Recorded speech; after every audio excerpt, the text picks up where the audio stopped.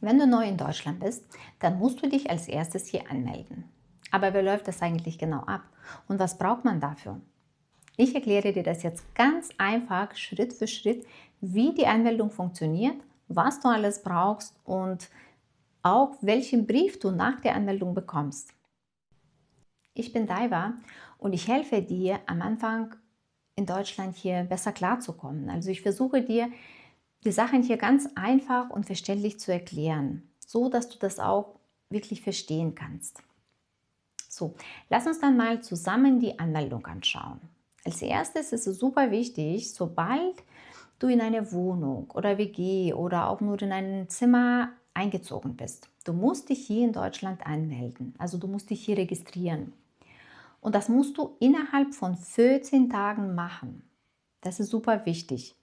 Mein Tipp ist deshalb, ja, mach diesen Termin sehr früh, weil ehrlich gesagt, es ist auch ja überhaupt schwierig, einen Termin zu bekommen, weil es gibt sehr viele Menschen, die hier gleichzeitig anmelden müssen. Den Termin machst du beim Bürgerbüro. Ja, in manchen Regionen heißt das auch Bürgeramt oder Einwohnermeldeamt, aber das ist das Gleiche. Hier ist noch ein kleiner Hinweis. In manchen Städten kannst du dich schon auch komplett online anmelden, aber es ist noch nicht überall. Also deshalb schau einfach, ob das bei dir dann schon soweit ist. So, und jetzt, was brauchst du für die Anmeldung?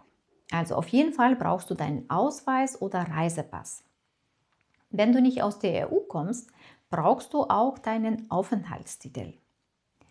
Wenn du mit deiner Familie hier bist und du Kinder hast, dann brauchst du auch die Geburtsurkunden von den Kindern auch. Und wenn du auch verheiratet bist, dann nimm auch die Heiratsurkunde mit. Dann brauchst du noch das Anmeldeformular. Das sieht etwa so aus.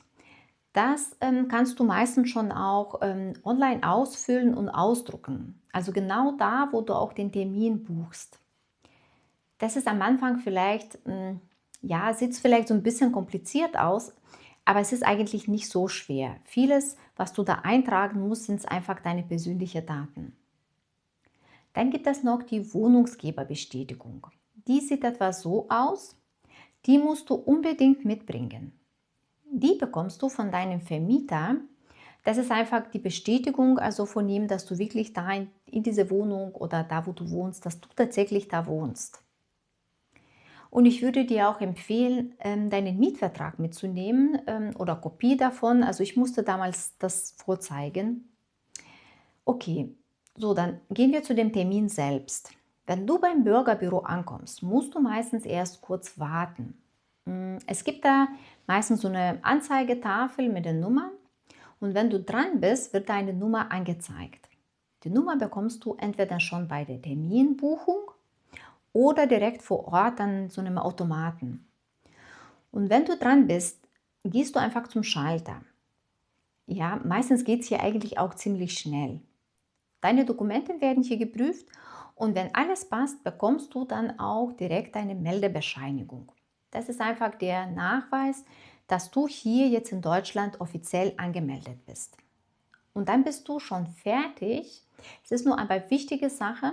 Ein paar Tage später, manchmal dauert das auch etwas länger, bekommst du einen Brief nach Hause geschickt. Mm, In diesem Brief steht eine Steuernummer. Also die ist super, super wichtig. Verliere diesen Brief nicht. Also die Steuernummer brauchst du für später, wenn du hier in Deutschland arbeitest. Ja, und wenn du aus dem Termin, aus dem Bürgerbüro rausgehst, dann hast du einen großen Schritt geschafft. Ich weiß noch, damals bei mir, als ich dann rausgegangen bin, habe ich mich so gefreut. Ich habe mir jetzt mal Kaffee geholt und dann habe ich erst mal gedacht, ja, wie schön, das habe ich schon geschafft, jetzt kann es weitergehen. Ich hoffe, die ist jetzt ein bisschen klarer geworden. Schreib mir gerne auch in den Kommentaren, ja, wie es bei dir abgelaufen ist. Und wenn du noch mehr solche Tipps haben möchtest, dann abonniere gerne auch meinen Kanal und schreib mir einfach auch, welche Themen dich noch interessieren. Ich freue mich, wenn ich ja, wenigstens ein bisschen dich hier in Deutschland unterstützen kann, damit du es alles ein bisschen leichter verstehen kannst. Okay, ich sage dann, mach's gut und bis bald.